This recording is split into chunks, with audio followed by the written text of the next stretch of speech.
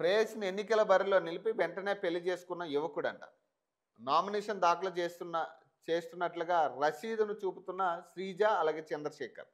గ్రామాల్లో రాజకీయంగా పలుకుబడి ఉన్న రిజర్వేషన్ కారణంగా పోటీ చేయలేని నాయకులు తమ భార్యను లేదా సన్నిహితులను సర్పంచ్ ఎన్నికల బరిలో నిలపడం చాలా చోట్ల చూస్తూనే ఉంటాం.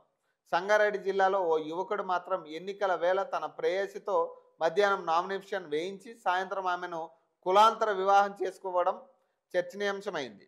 సంగారెడ్డి మండలం తాళ్లపల్లి గ్రామం పంచాయతీలో బీసీ సామాజిక వర్గానికి చెందిన చంద్రశేఖర్ సర్పంచ్ సర్పంచ్గా పోటీ చేసేందుకు కొన్ని రోజులుగా క్షేత్రస్థాయిలో ప్రయత్నాలు చేస్తున్నారు.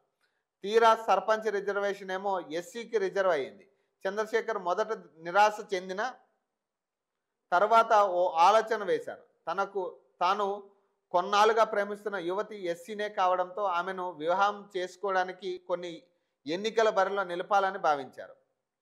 వెంటనే తన ప్రేయసి శ్రీజను ఒప్పించి శనివారం నామినేషన్ దాఖలు చేయించారు. అదే రోజు సాయంత్రం మిత్రులు, శ్రేయోభిలాషుల సమక్షంలో ఆమెను పెళ్లి చేసుకున్నారు.